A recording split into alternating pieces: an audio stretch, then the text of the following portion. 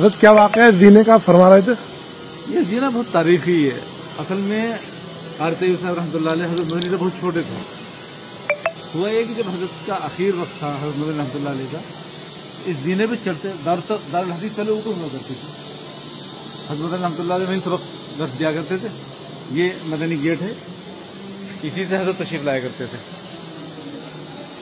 تو اس گیٹ سے پیدل آئے اور اس زینے پہ چڑھتے. زینے پہ چڑھنے میں تکلیف ہوتی تھی بہت زیادہ اس کو.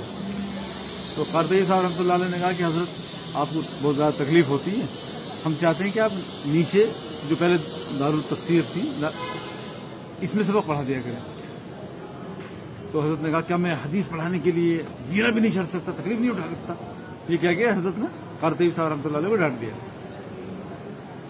اگلے روز قاری صاحب پہلے ہی کھڑے ہو گئے ہیں. حضرت جیسے تشریف لائے زینے پہ چڑھنا شروع کیا تو بولے میں قاری محمد طیب محتمم دارالعلوم دیوبند بحیثیت محتمم آپ کو حکم دیتا ہوں کہ آج سے آپ کے سبق کا نظام نیچے کیا گیا ہے، آپ جائیے وہاں جا کے پڑھائیے.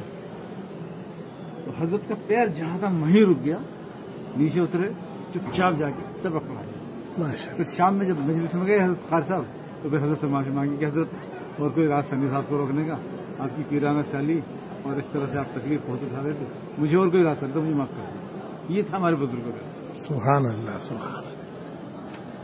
دارالعلوم دیوبند.